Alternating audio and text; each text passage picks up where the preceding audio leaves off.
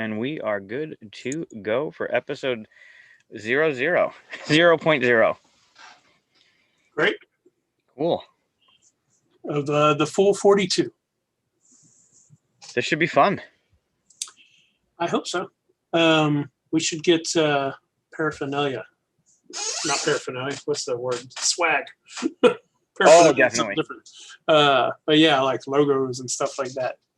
Absolutely. That's definitely episode 0 stuff that you do, right? Yeah. You get the viewers later. First time live. We just figured out how to broadcast to YouTube. Yeah, we should definitely get shirts, jackets. Yeah. Swag. I'm in.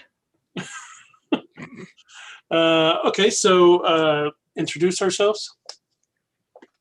Yeah. I'm Chris. No, I'm not Chris. No, I'm Chris. That's Chris. I'm Mike. This is the full 42. We are going to be talking about everything. Almost everything. Almost everything. Almost everything. Everything fun. How about that? That works. Everything fun to talk about. We're going to be covering board games probably every episode, at least a little bit, just because we're both part of that industry. But, venturing into pop culture, movies, shows, things like that. If there's anything that's going to be a huge spoiler, like a show that just came out a couple of days ago, we'll make sure to tell everybody, warn them. Like WandaVision? Exactly, like WandaVision. But we'll say, okay, we're going to start talking about something that if you haven't seen the show yet, go away. Send viewers away, right? Go away. Mute us. Mute us quickly. Yeah, I'll do some. I'll hold Thrawn up here until we're done talking about it or something. He'll be the moderator. And I got to get my chair to stop squeaking before we get too far into these episodes. That's fine. I got to get a new chair so I don't do this the whole time. That's animation. That's what people want to see. They want to see you moving around on the video. Sure. That's what they're tuning in for. Yes. 2 guys swinging around in chairs. That's what this show is about. Yep. But we should rename. We should immediately rename. Yes. Cancel this whole channel. Stop watching. We're coming back. Yep. Rebrand. New swag. Don't put in that order yet. It's no good. All right. So we have a list here that we're supposed to be following, but we're apparently chaotic and I'm not paying attention to it at all. Immediately off the rails. Yep. Completely off the rails. That's how it's going to go. So the first thing was we were going to introduce ourselves. We did a poor job at that. I'm sure we know who each other are. Like people know that I'm not Chris now. Well, looking at YouTube here, they have her names down there. So, and they actually gave her full names, which is a better job than we did ourselves. So YouTube is winning. This is also true. That is all because of Zoom. I believe we can change that. Yeah, we can change what it says. I should have changed it to Christian. That would have been much better. Both put the same names on there.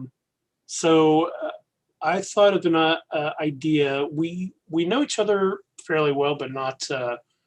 We haven't known each other for a long time. There's a lot of stuff that we don't know about each other. We kind of saved it up for learning as we go. So I thought it'd be fun if we tried to guess things about each other. So like, for instance, I would say, this is Mike, and his favorite Star Wars film is Episode 1. And you would correct me if I'm wrong, which usually that's the case. I think it's a safe bet saying no one's favorite episode is Episode 1, right? I'm sure there's some people. And, I talked to somebody recently that said that was the first Star Wars movie they ever saw. Oh, wow. And then they went back and watched 4, 5, and 6. And then they saw 2 and 3 when it came out in theaters. I was like, I know, exactly. The same reaction. I was like, why? Yeah, wow, that's weird. You don't have friends that told you not to do that? Bad friends. Yeah. That is the worst. Well, I don't know if it's the worst order, but It's not a great order. I imagine now there's people that saw 7 and went back and watched 1, 2, 3, 4, 5, 6, and then 8 and 9, and that's better because at least it's on the end part. But yeah, so I don't know if your first Star Wars was 1, you might have a nostalgia for it. I guess it would be. I'm glad that, and I'm sure you're in the same boat. I'm glad that we saw it episode 4 first, and then got to go back and look at like the beginning of Anakin's journey.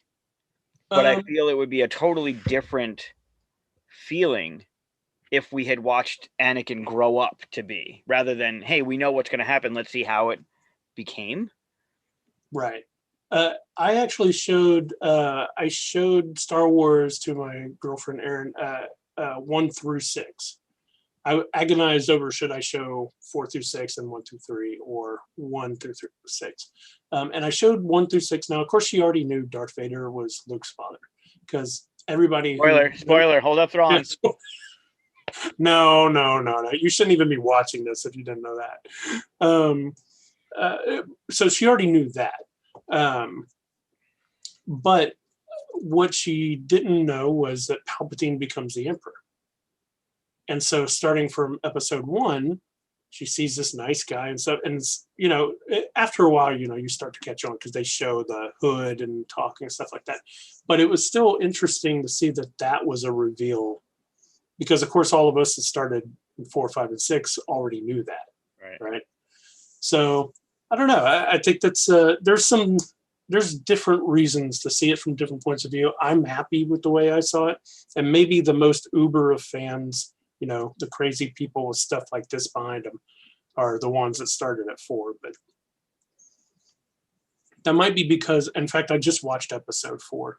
And that might be because episode 4, there was nothing like it beforehand, right? So all of that stuff started all this. And then when episode 1 comes out, that was the same year The Matrix came out.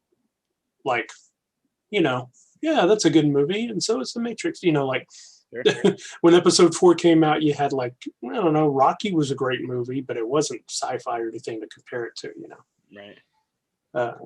Although I don't know if Rocky was that year. I think Superman was. Yeah. 77, 76, I think it was Rocky. I don't know. Somewhere around there. Yeah. Someday they'll invent a database. So anyway, that was my one guess about you that was completely wrong, and I knew would be wrong, but get us talking about something. It was close. It was close. 2's your favorite. Episode 5. 2's the worst. 2 is pretty bad. No, well, okay, I'm not going to get into the worst because I want to be more positive about it. But sure. So you said 5? Yeah, that's a safe answer. Yeah, I think there were moments in 3. Growing up as a fan, I wanted to see the Obi Anakin fight. I wanted to see what happened to Anakin and how that all, right? You see the scar and you're like, yeah, Obi gave that to him. Now we're going to find out how that happened. So I think leading up to that was one of my more favorite moments in the whole saga. Right. But episode 5 was just gold. Yeah, I because I was so young when all of 3 movies were introduced to me because I was born in 78. So my brother, who's 7 years older than me, started shoving these movies down my throat as soon as I could talk, right? So because I was so young, what? It's a good brother. Yeah, he is. Because I was so young, though, 5 is so much slower than 4 and 6. There's so much stuff going on in 4 and 6. 4 and 6, like, there's 2 or 3 stories going on at the same time. Especially in 6, you got the guys down on Ewok, you got the space battle going on, and you have the Emperor throne room scene going on. And they keep bouncing around between it. It's just constant excitement. 5 it's got a lot of slowness in it. Of course, it's brilliant slowness. I watch it now, and I love the movie. But because as a kid, my impression was this is the most boring of the 3, it never quite made my favorite. My favorite was 6 for the longest time. And now it's actually gone back to 4 again. Huh. So I never heard of it that way. Like the slowness of it. And I get it, right? As a kid, you're looking for the action, you're looking for the fuzzy teddy bears. Like, right. Well, I mean, all the time where Yoda's training Luke, like if you're already a fan, then all that cool, interesting stuff about the Force and him doing stuff like that, that's great. But if you're like a 4-year-old kid, you're just like, all right, when's stuff gonna happen? You're just sitting there talking about going in the cave, Just like there's a lot of slowness there. They're hanging around on Cloud City for a couple days or something, at least going to dinner and all that. Well, I mean, the dinner got interesting, right? But sure.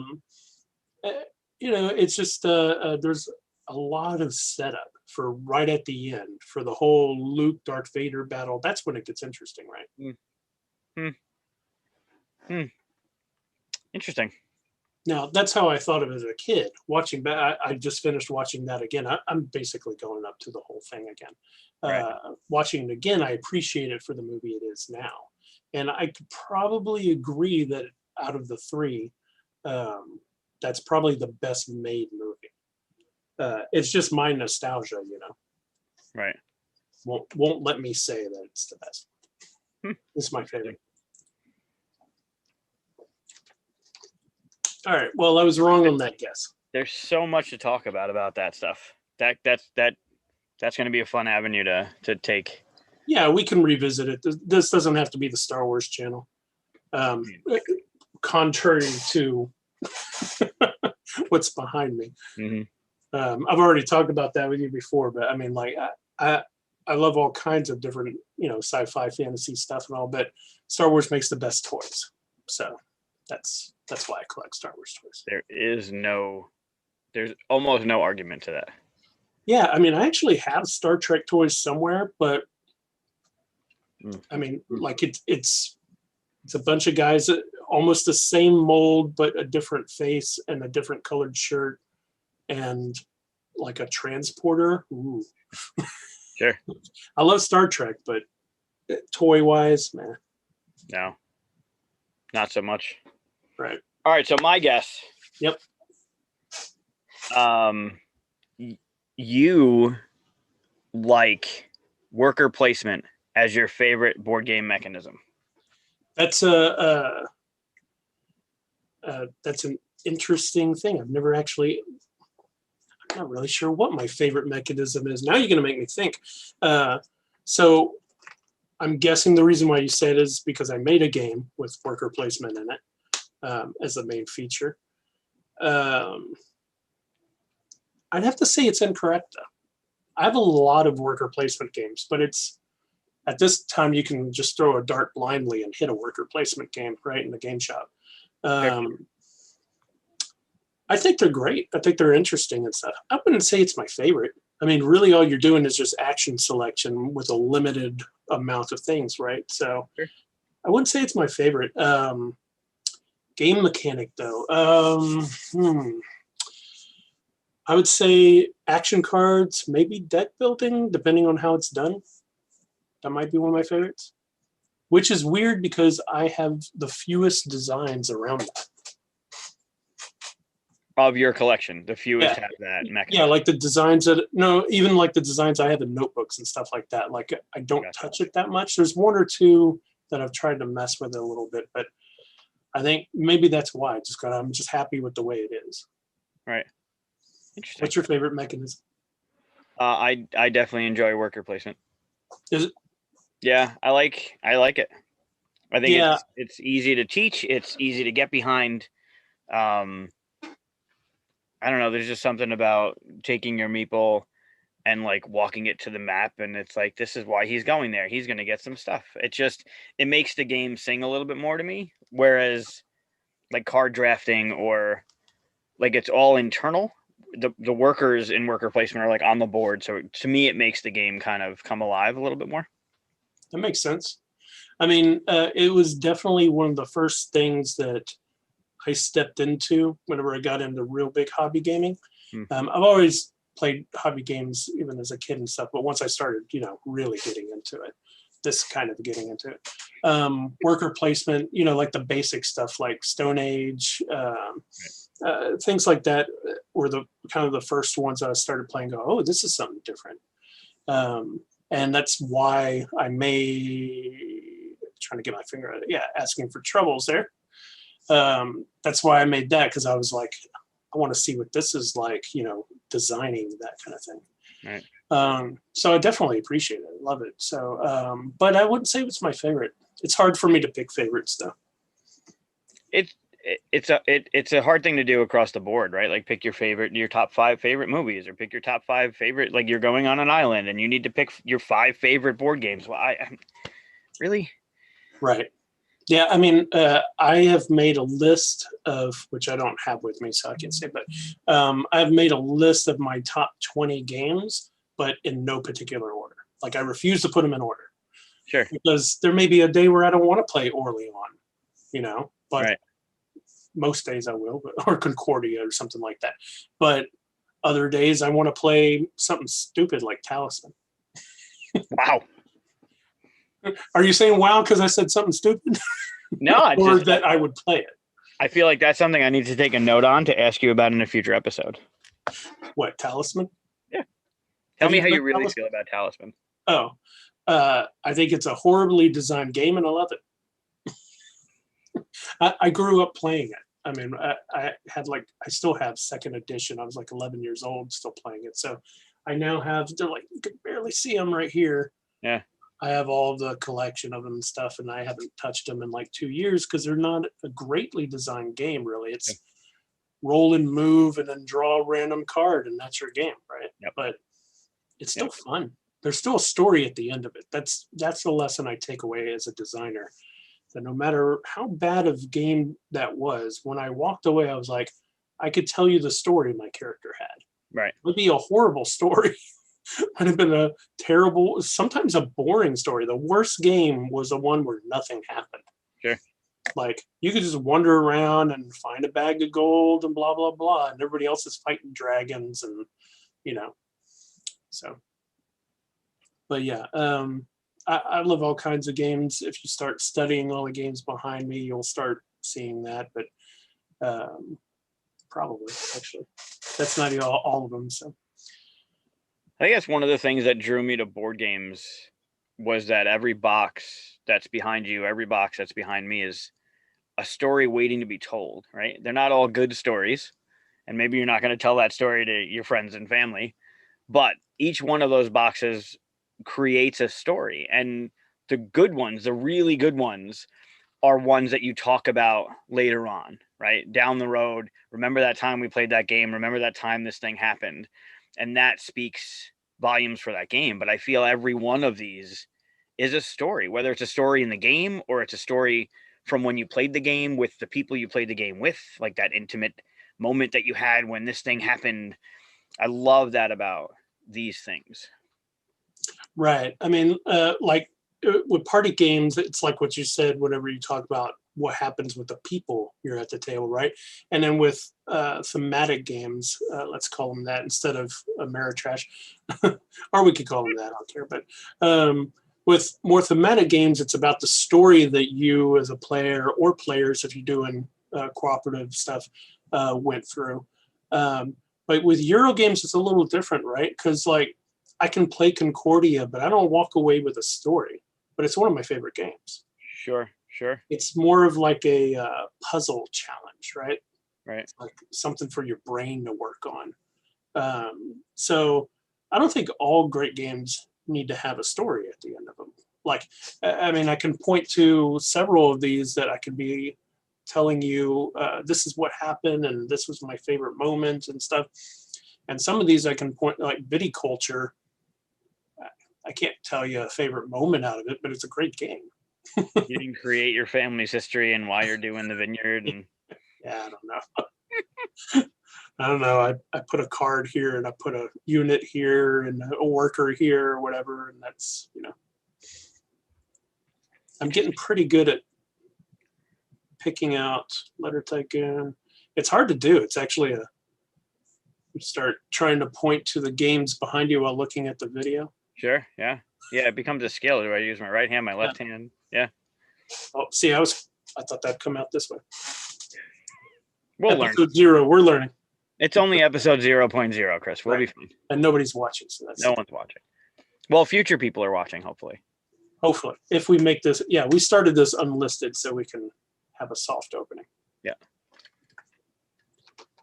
Which is probably a smart idea looking back at the chaos that ensued prior to episode 0.0. Yeah, there's a reason why it's 0.0. All right, so what have we been playing lately? Have you gotten anything to the table, even virtually lately? Yeah. Virtually, I've kind of wrapped my head around Vault Wars because Floodgate's got the expansion coming out in February. So that was shelved for a while, and now I've playing it and teaching it to some of the demo team that's going to be going over the events. I realized how much I really love that game, but I also realized how much that game needs good table talk to play. Okay, I'm going to have to pull it up here. You're going to have to tell me about it. Vault Wars? Yeah. So are you familiar with the show Storage Wars? Yes. Okay. Oh, okay. I've heard of this game. So for me, you said that, I remember. Yeah. The story of it, for me, is what makes the game shine. So if you're familiar with Epic Resort, also by Floodgate. I have that one.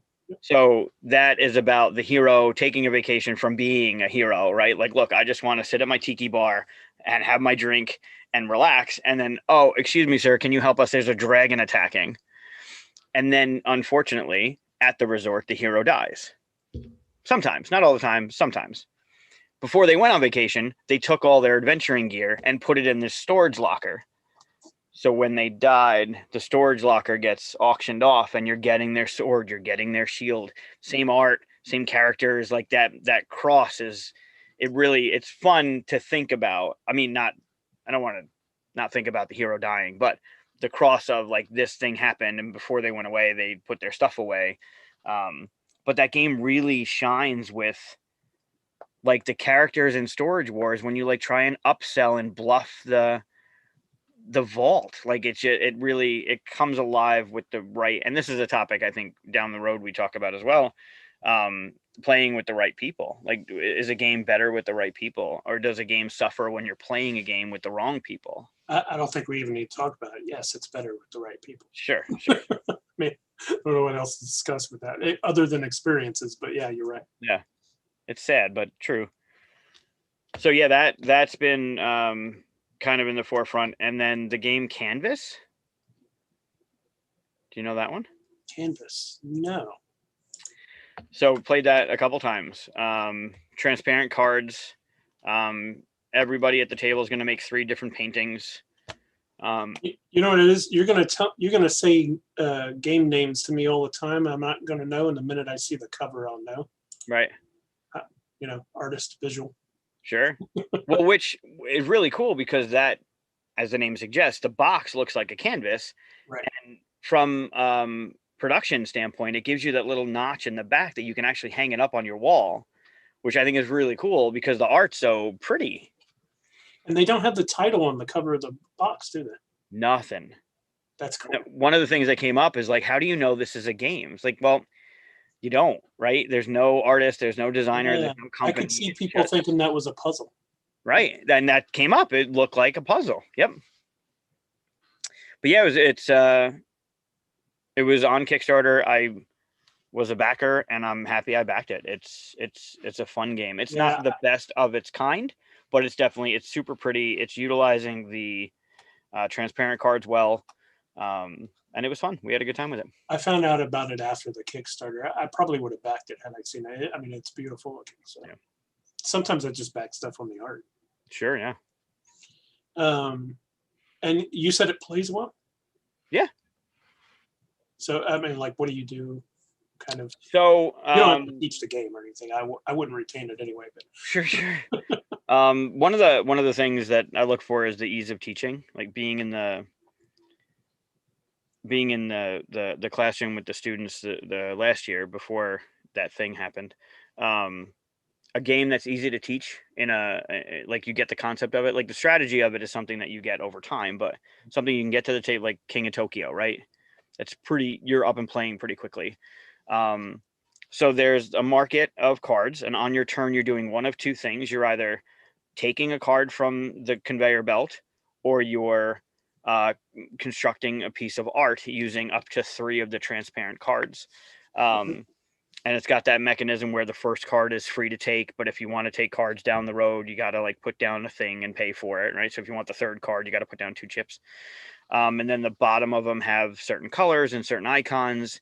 Then there's public objectives. You're trying to meet certain objectives when you make the painting. So you have 3 cards to put, and of the 3 cards, there'll be paint on the bottom, and they're going to match some of the public objectives, and you get points based on how many of them you trigger. And then the more you get of a certain public objective, the more points you get. So there's a little set collection to it as well. Yeah, I actually have like the perfect picture up while you were describing it.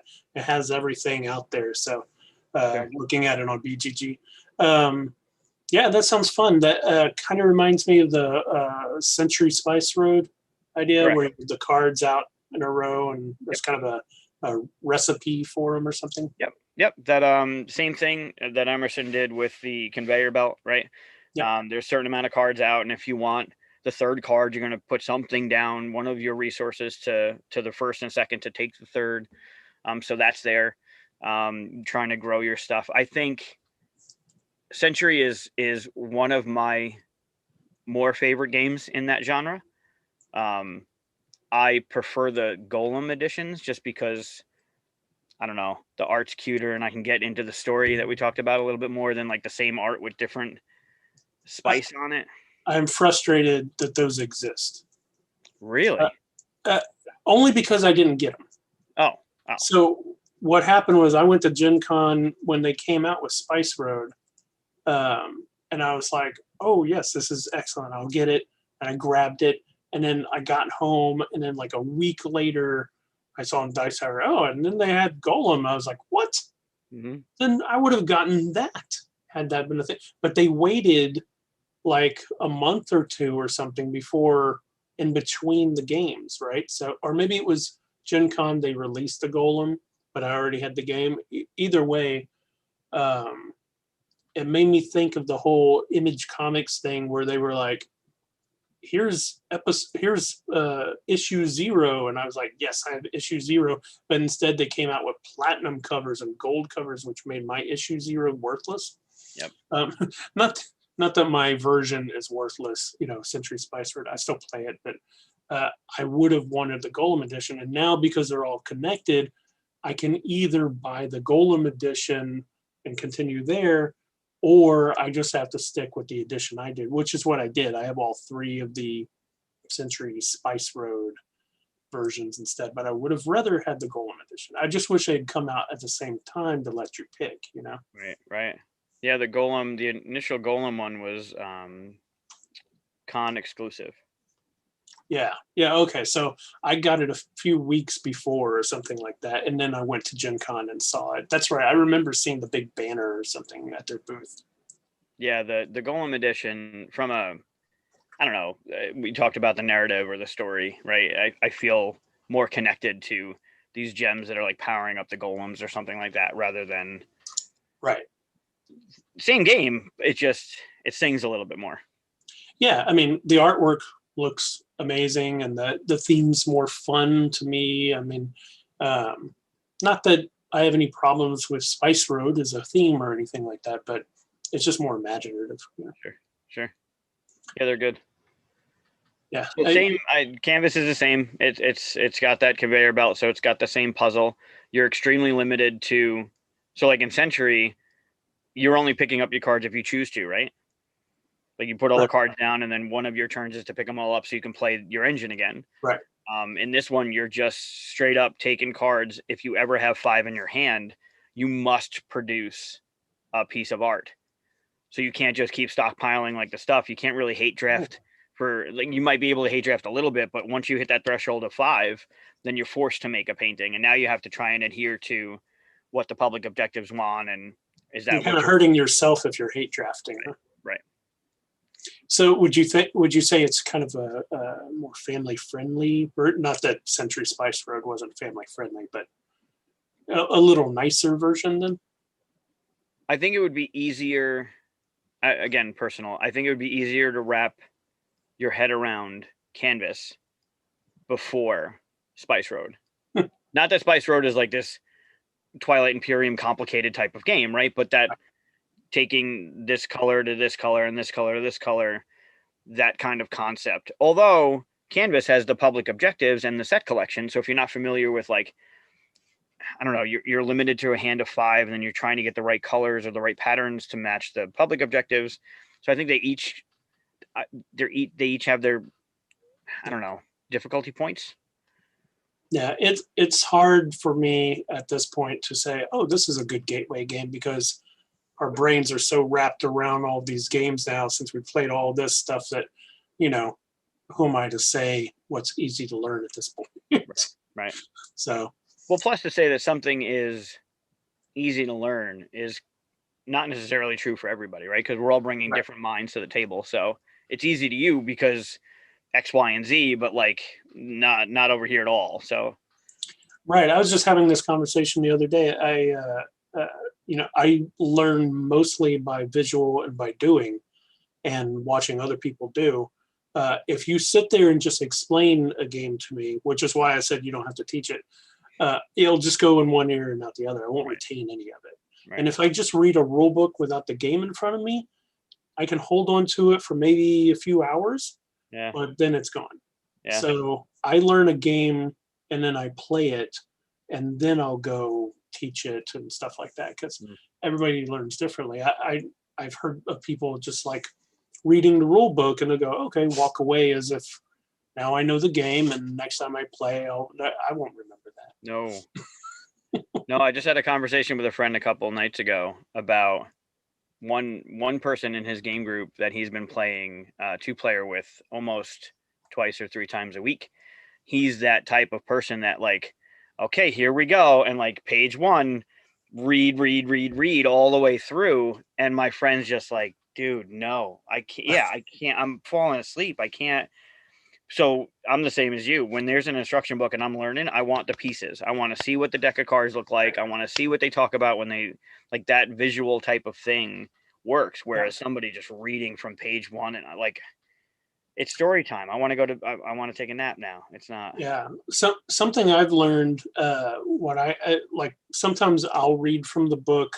I'll read just a little bit, and then I'll explain it to Erin or whoever I'm playing with, my girlfriend.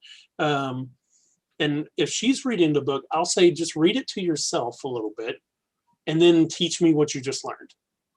And then I've got it. She's talking directly to me. She's showing me with the pieces. I can learn that way. Right. But if you just, first you grab this, and unless I follow along, at the same time, I'm just going to lose it. So. Right. But I mean, everybody's different. Everybody learns differently. So, and I tried to keep that in mind when I used to demo games at Gen Con and stuff too, Right. Like, I wouldn't just say, oh, pick up the card. I would actually pick up the card, hand it to the person, because you don't know how they're learning, right? So. Right. I think that's one of the things that drew me in more to your game, asking for Trobils. The back of your instruction book explains to people how to teach the game, rather than just. And I appreciate the quick reference guide and the turn order and the stuff. And there's so many different ways to do it. What did we just play?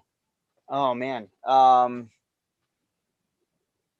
don't remember what it was, but I opened it up and it had like, take a turn with this character. Oh, Pebble. Oh, what's the new game by, it's right here. Pebble Rock, the Delivery Service.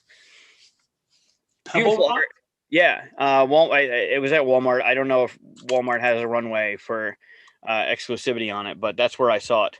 I've seen this cover. Really cute art. Like, it draws you in. Like, I want to make friends with the puffin or the otter. Like, I'm in.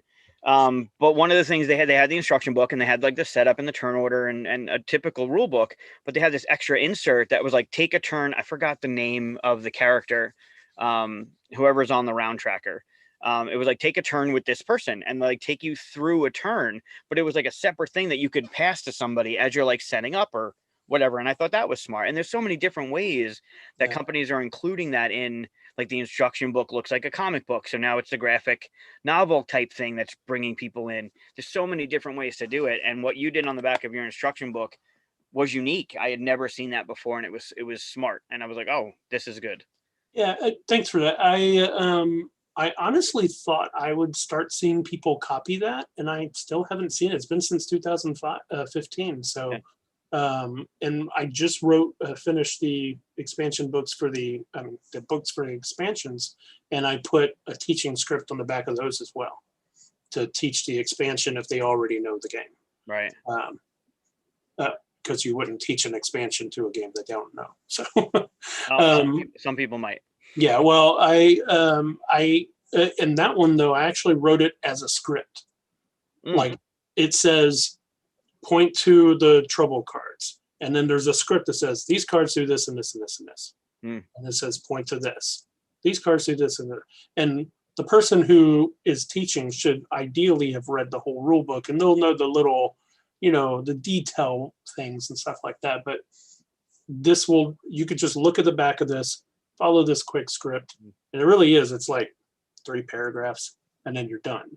Right. So that's smart. That's smart. I feel that should be something that some companies do, even if it's like a file on BGG or something on their website that someone can download for game night. Like, you want to teach your group, great. Yeah. Here's a thing. Yeah, I mean, it came from having an extra page on the rule book, obviously, and not having something to put there. I was like, you don't need a reference guide, really. And Sure. and it also came from the fact that I used to be horrible at teaching games because I get passionate about things I'm talking about. I mean, like, oh, and look at this ship. This ship does this, and they don't need to know that this ship does this and this, and it doesn't mean anything to them because they don't even know how to win the game yet. Right. So I had to go through and teach myself like the structure. Basically, like when you write a rule book, there's a certain structure that's the best way to teach people, right? You tell them how you're going to win, how the game's going to end, and then you tell them how to, get there. Most points. Here's how you get the points. That kind of thing. Right. So I had to teach myself to teach games like that, especially since I was demoing at conventions and stuff like that. So I thought I'd just put that on the back of the book. I am surprised I don't see it more often though. Yeah. Which is shocking because we all do it, right? Whether it's at your playtesting group or Gen Con or any of the conventions that you're teaching your game at, or any game in your publishing company's library, you're teaching people. So why not have this little thing that helps people teach the game properly, right? Like this is going to help. But again, is there one way to do that? Because people learn in such different ways. Is there one way that makes sense for everybody? And right. I mean, ideally, you want every teacher to be a good teacher, and the fact that they are keeping in mind that other people learn different ways, right? Right. That's why I put in the directions, like point to this card deck, then say this, because some people just read to it and not do those instructions, right? So hopefully, people will go, oh, this one, and then speak to it. But I remember when we were re-releasing Asking for Troubles in 2017 on Gen Con, we had several people that were just learning the game that were going to teach it, help us demo it, right? And so I taught the game to them, and then I turned the rule book over and said, here you go, just follow that. And they were like, oh my God, this is amazing. Yeah, there you go. So even if you don't publish it, or anything like that, like you said, if you put it on BGG, if you just have it for your envoy people or whoever's teaching the games at conventions, it makes it so much easier. So. Yeah, I agree. So, what else you been playing? You think it? Were those good, by the way? You said you were playing them. I assume you mentioned them because you enjoyed them. Yeah, they were fun. Yeah. I think the Pebble one was it definitely family friendly. I liked it. I think it's not great. I don't think my game, the people that I played with enjoyed it. Although we had just come off a game of Scythe. Oh, So that's a difference. Yeah. sure, yeah. So wrapping your head around that puzzle and then going to I'm an otter and I'm going to pick up and deliver. Well, maybe a whale or shark takes some stuff away from me. Like it was a different experience, but the game itself is cute. The art was great. It's easy to learn. Borderline roll and move, which for people that either get to know me or already know me, roll and move is not my favorite mechanism ever in board games. We actually based our whole game design curriculum on the fact that roll and move is trash, and our no bueno board was basically a monopoly board. So if you did something that was like you were late on your assignment or you weren't utilizing your table time and you were on your phone, or like we had special guests come in and you weren't like really engaging, we'd have you roll a d20 or a d6 and go around this thing and suffer like now you have to sing to the whole class or like That's funny. yeah. So we used it as like a this is bad, but it added some stuff where you can choose to use safe dice or risk it and maybe something bad could happen to you. So that was interesting. The art just shines, like the story in it looks fun. I would add a caveat to the roll and move. For instance, I enjoy Merchants of Venus. Have Okay. you played that game? I have not. I mean, it's a frustrating game if you're not willing to accept dice rolls. But basically, you get to roll dice, and then you have all this stuff to mitigate and change it and choose what to do with those dice. But essentially, you are moving based on those dice. I think it's the one caveat to that whole thing is you should try it at least before you hate on it just for having roll and move. Well, the new one anyway. I can't speak to the old one, but did they change it? Yeah, when they released it, it came out. I want to say maybe 4 or 5 years ago. When it came out, they re-released the old rules on one side of the board, and then kind of upgraded the rules and everything for the other side. And I've only played the upgraded side. Gotcha. I figured, more time to cook in the pot, it's probably better. Sure. Yeah. Interesting. Yeah, I'm okay as long as there's mitigation in bad rolls, right? Like the Pebble game, you can spend fish to move extra. So if I really need 5 and I roll a 3, like I could spend 2 fish and move 5. Like, okay, you're fine. Or you need to move 16 and your die only goes to 8. Like you can still spend fish to move the 16 you need to like win the game. But do I want to spend the fish because the fish are worth points at the end of the game anyway? So like that kind of the mitigation factor in the roll and move has to be there or else. Well, here's another question. Can you move up to that amount, or do you have to move the exact amount you roll? So that came up in the game, and we kind of moved like 1, 2, 3, 4.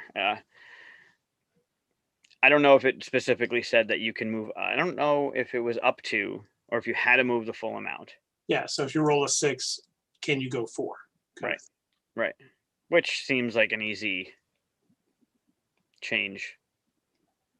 Yeah.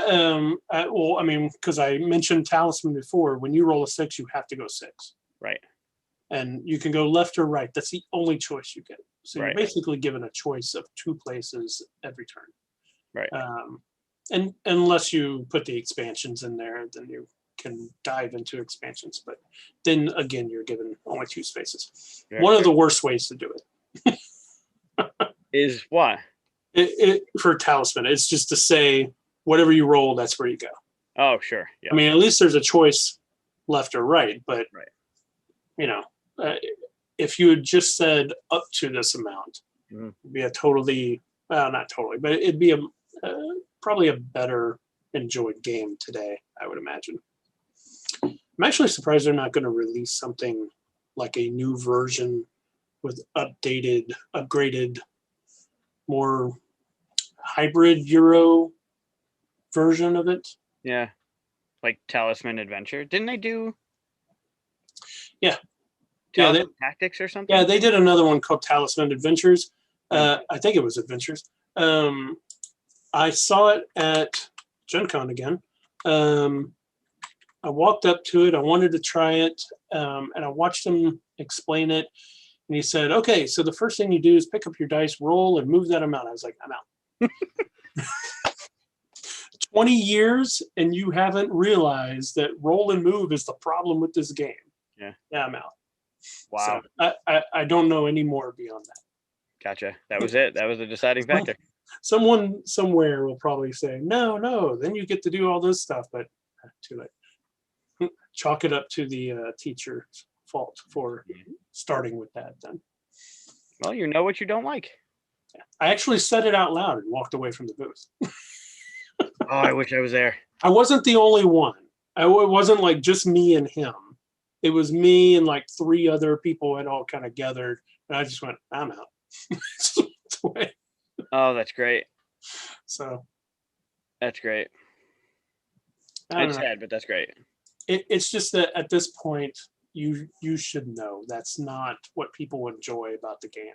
Right. You can keep the stuff that people enjoy about the game and make better mechanics, right? Right.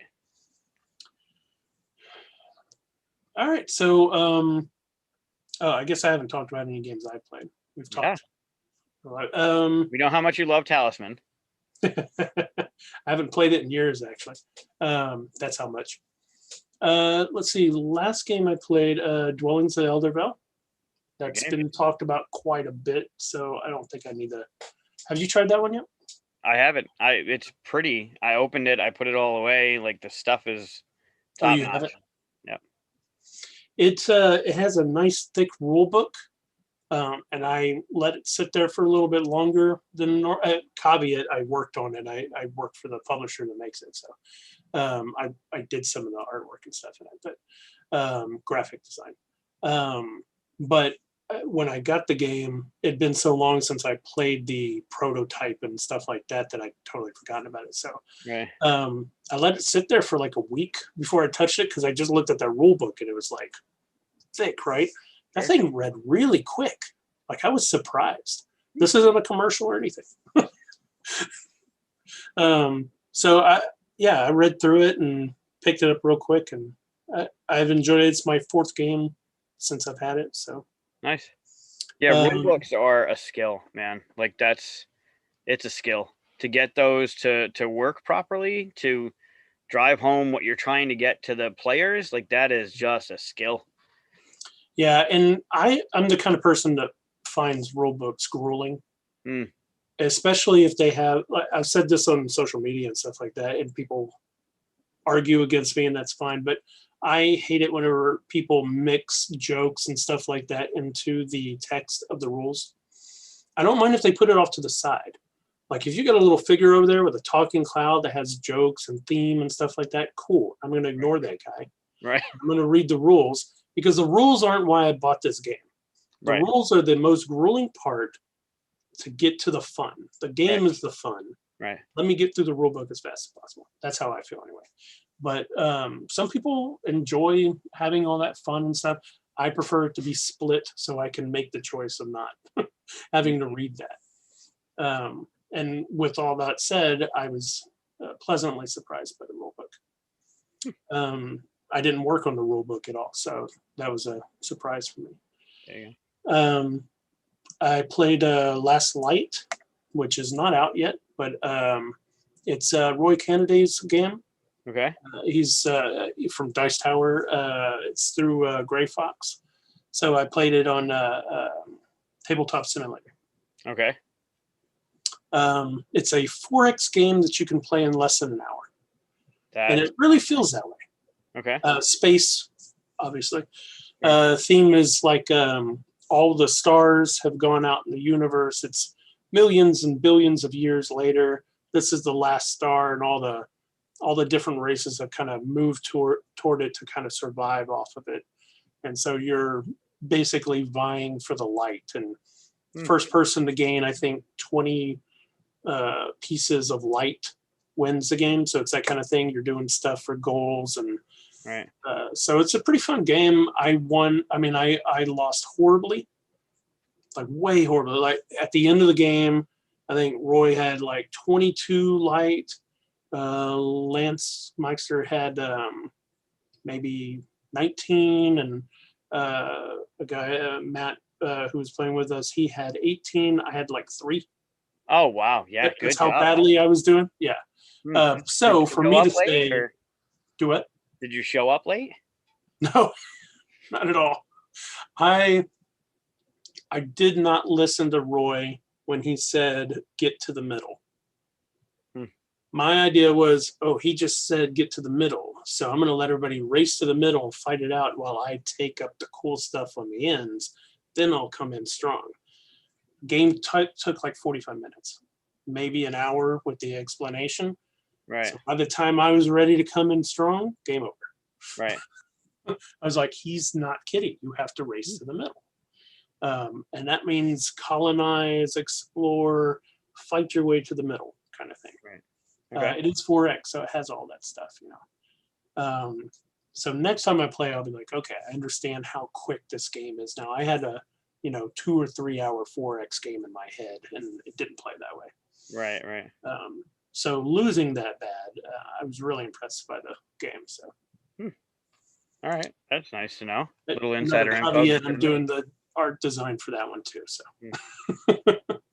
I can't just say things like that and not say, I do want that to do well. So sure, that's cool. Gray Fox, you said, yeah? Yeah. Cool. Yeah, I think they're coming out with it later this year. I guess if I get moving, they will. So it all hinges on you. No, not at all. No. Not yet. It will. But yeah, so how long have we been going? Does this keep track of how long this has been? I don't know. It's 10:21 here. Yeah, we talked about having these episodes. Oh, it's been 52 minutes. Look at that. We've talked about having these episodes be about an hour long. We can go over if we want. Yeah. I think the last thing I actually have 2 things on here. We could either debate about Marvel and DC or talk about WandaVision. Your call. I think what we have down for DC Marvel and then breaking it down into movies, comics, characters could be an entire episode on its own, right? Like Justice League or X-Men. Like, yeah. So maybe not, and do WandaVision. Yeah, there's only been 3 episodes, right? So shouldn't be too bad. So here's your Thrawn warning. If you haven't seen episode 3 of WandaVision, we're going to talk about. So you've seen episode 3, I imagine, right? Oh, absolutely. Yeah. Well, that sounds like you're enjoying it. What do you think? I like it. I don't know what's going on. I have an idea, but it's definitely different in a good way. Mm-hmm. Yeah, I agree. I'm enjoying the mystery. Right. I've seen some people say that they're impatient online and stuff like that. Like, it's boring, or I don't get that perspective. I mean, they're giving you just a little bit of, you have to watch for the nuance, right? Even just sometimes they'll say something and you'll see a little questioning in their eyes, You're like, oh, are they catching on to something? Are they about to say something? It's like a tension moment all the time. I'm enjoying it. Yeah. Yeah. I think it's different for Marvel fans because of what's been out, right? Like there's never been this type of mystery before. Like, I guess there has, but it never lasted as long as even a 35-minute episode. Like, you're not going 35 minutes before you're like, oh, that's what that meant. And this is like 3 episodes in now, and like little bits are coming out. But then if you rewatch them, there's all these little hints, like you said, the nuances or the stuff in the background. Like, they're trying to bring your attention here, but if you looked over here, you would have seen something, and you missed it the first time. It's like, that's really, really neat. Right. I'm actually avoiding the YouTube videos that say Easter eggs from the last episode, so because I want to watch the whole thing through first, the first season anyway, and then go back and watch all those. Like the second time I watch it, I will watch it again. Just because, like you said, there's all these little things that you can miss and stuff, and it doesn't feel that way at the same time. it doesn't feel like there's so much going on that it's driving me insane. Yeah. You just feel like you're watching something, and every now and then you catch something. Yeah. You're like, oh, that's pretty cool. Yeah. It kind of feels like the Truman Show in series form, right? Oh, interesting comparison. Yeah.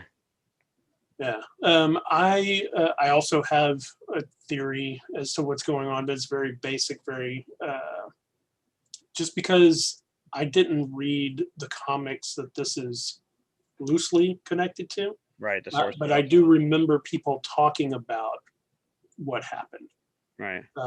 For the people that I hung around with that were reading those comics versus what I was reading at the time. So I'm trying my best not to go back and like look at any past stuff and all, because I want to be totally surprised, right? Right.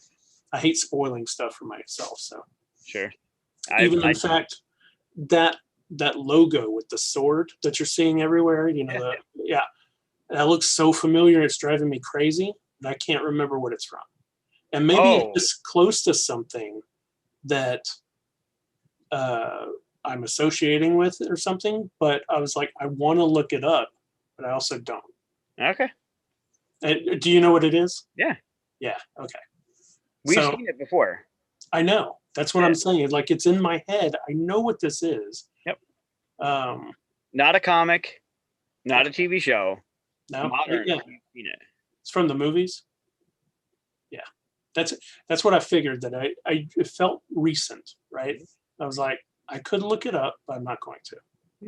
So, and of course I see there's some Hydra influence and stuff in there too. So I'm sure that's connected. I think there's some Hydra in my computer because I see it glitching. Yeah. Those little glitches. Yep. Damn things. Well, if you ever want to know, I mean, I'd be happy to tell you. No, I mean, I got Google. I could look it up if I need to. Sure. Well, it might become clear maybe next episode, maybe next 2 episodes. It might, like, oh yeah, that's what that was.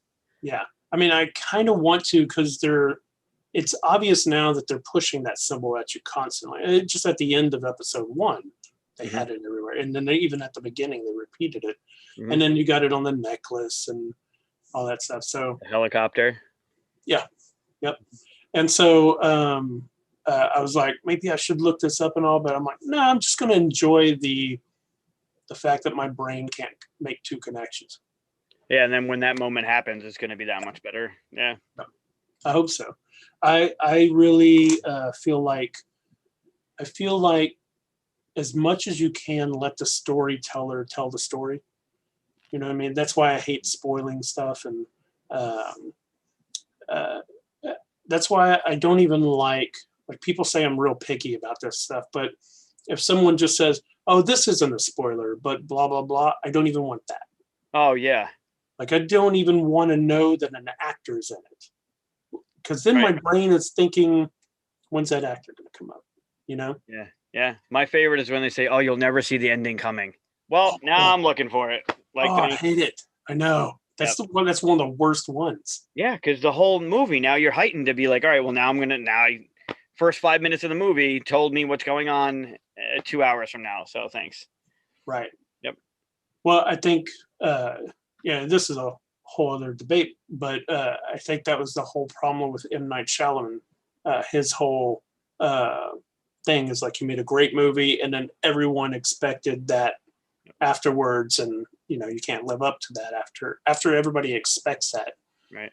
Can't live up to it. So that's funny you brought him up. I just saw an advertisement for a show of his on Apple TV that I didn't realize is in its 2nd season.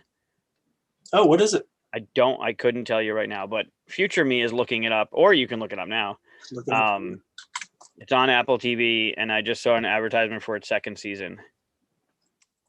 Did I say his name wrong? I might have. I'm not going to try it. Normally I say it so fast that maybe you can't tell, but since I'm on video, people could go back. Yep. Servant? That's it. Servant is an American psychological horror, of course. Yep. Oh, that's interesting. It's on Apple TV, the one service I don't have. Correct. Same here. Maybe you'll make it to Amazon at some point. Yeah. I don't know if they bleed over or not. Do they? I don't know. I'm hoping it just gets released on something physical I can own rather than stream. Yeah. I'm still old school like that. I still like my DVDs and my Blu-rays and my discs for my Xbox rather than digital downloads because God, something happens, it's gone. I I don't know where my DVDs are. I think they're in storage. Wow. I don't buy those anymore. I don't buy movies either though. Like I don't go on Amazon and buy the movie and so now it's there. I watched a movie and that's it. There's so much to watch that I don't repeat movies that much. Right. And if I do, I'll rent it again. I don't care. It's $3. You know, Sure. like Tombstone. I was thinking about watching Tombstone the other day, and I have the DVD, but like I said, I think it's in storage. Right. So I was like, how much is it over here? And you know, $4 or something like that. I didn't look it up. Every now and then, I'll find out that something isn't available, except to buy. Right. And then I'm like, well, I don't really need to see it. I've seen it before. Is it worth $4 for you to hunt it down and find it in your DVD collection and storage, or is it just worth $4 to get it? Yeah, like storage place, like not even where I live. So I'd have to like get in a car and drive over to go through boxes. Yeah, I'd pay $4 not to do that. So. Right. That's funny. I mean, that's a nice privileged place to live, I guess. Just say, yeah, I can pay $4, no problem. But you know, used to be I wasn't in a place like that, so now I can live in the lap of luxury by paying $4 for movies I already own. To not go drive for it. Right. That's funny. All right. So, yeah, WandaVision. Right. All about WandaVision. All about it's hard to talk about certain things at this point for it, though. Sure. You know, the whole I could bring up scenes, but we don't know ourselves exactly what those scenes mean. Right. You look back and be like, oh, I got it. Like there was something. Right. There was a character on the not the nightstand, the side table by the lamp next to the couch. Episode 1 or 2 that looked like something, like a character. And I don't know. You mean like an action figure or something? No, it was almost like it reminded me of like a chess piece. Like it had that type of shape to it, but there was definitely a letter on the chest that we saw part of. Huh. Right. And then there was the wine, and I haven't gone back and paused, but then there was the wine bottle at dinner that looked like it had a certain demon's name on it. Yes. Yeah, I saw that. Yeah. Right. And there was I'm trying to think of all the different stuff that popped up. Like I said, I'm going to go back and watch it after watching like all these Easter egg stuff and catch it. But right. I'm also really enjoying and this is superficial and silly, but I'm really enjoying the intros that they're making fun of past, you know, like Bewitched and the Brady Bunch. And I think I Dream of Jeannie was the second one or the third. Yeah. I really love that whole stick that they're doing. I wonder though, at some point they're going to have to stop. So what's the real opening, you know? Right. Yeah. And where's it all coming from? Is it in her head? Is it being put in her head? Right. Yeah. It's really cool. And I can't wait to figure out what the hell with the commercials. Those little product commercials that are in there. They catch me every now and then. Yeah. Every now and then I'm like, oh, it's a commercial. And I start to get up to use the restroom or something. I'm like, oh, wait, it's not a commercial. I'm watching Disney Plus. But they're there for a reason, right? They're not just there to poke fun at like the 1950s TV shows that had these goofy commercials. Like there's something there with the Stark Tech, or there's like an interior meaning behind them, whether it's like something she's difficult or having difficulty with, or there's something else there. And I haven't figured out that puzzle yet. There was even a moment where I think this was the last one where they showed a commercial. And then when they went back to her, she had a look on her face like, what was that? Right. And then she went back into whatever and stuff. But yeah, it's all starting to break apart, right? Yeah, I like how they start catching on to say, oh, I really love the part where Vision starts questioning it, and then she rewinds it Yep. back to where before he did it, and he goes another path. Yep. Like that was fascinating. Yeah, because where is this all happening, right? Like, Vision's dead. Right. So is this her keeping it alive? Well, we're assuming that this is happening in our normal time period, right? Right.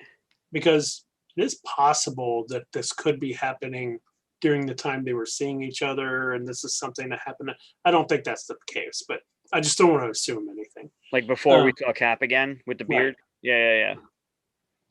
I don't think so, though. I mean, it didn't seem like they'd gone through that kind of thing whenever you saw them there. Right. But yeah, so I'm guessing that it's in her head. That something broke basically because of the death of Vision. Maybe she's trying to do something and she messed up. Maybe she's trying to fix it, change reality. Right. But of course, there's some kind of controlling thing going on. That's, because what was her name? Who got thrown out of it? She had the necklace. What was her name? Not Gabrielle. Last name is Rambeau. It's Captain Marvel's friend's daughter. Right.